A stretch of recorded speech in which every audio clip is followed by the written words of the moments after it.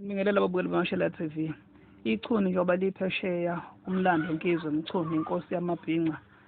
upresident of the Bhinqa Nation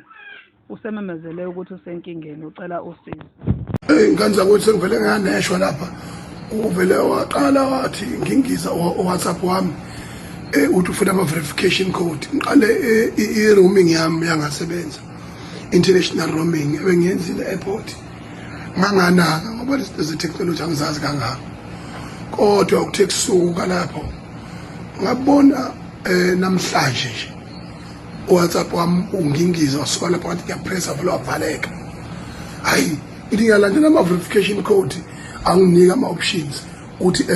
angisende kuyinamba yami le inamba yami ayivezi ma message ngisho mhlawumbe agcwele ngisho kanjani lutho ngizokuthiwa kumanje lo muntu oni hambe khuthuza abantu efuna abantu imali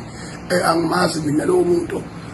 ubuka yonke into angiyibuka ukuhlona ifoni yami ngiyacela nje bakuthi ukuthi ningisiza bakwazi ukungisiza nazi ukuthi nje manje akusimina lo online inamba yami 063 akusimina nhlobo lo online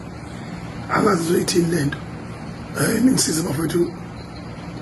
ningxomanele lapha eSouth Africa nanomkhonyazo bangamuzo efunda ama WhatsApp nama SMS abantu kushuthi ngenzeka ukuthi la akwazi ukuthola lo muntu kuphi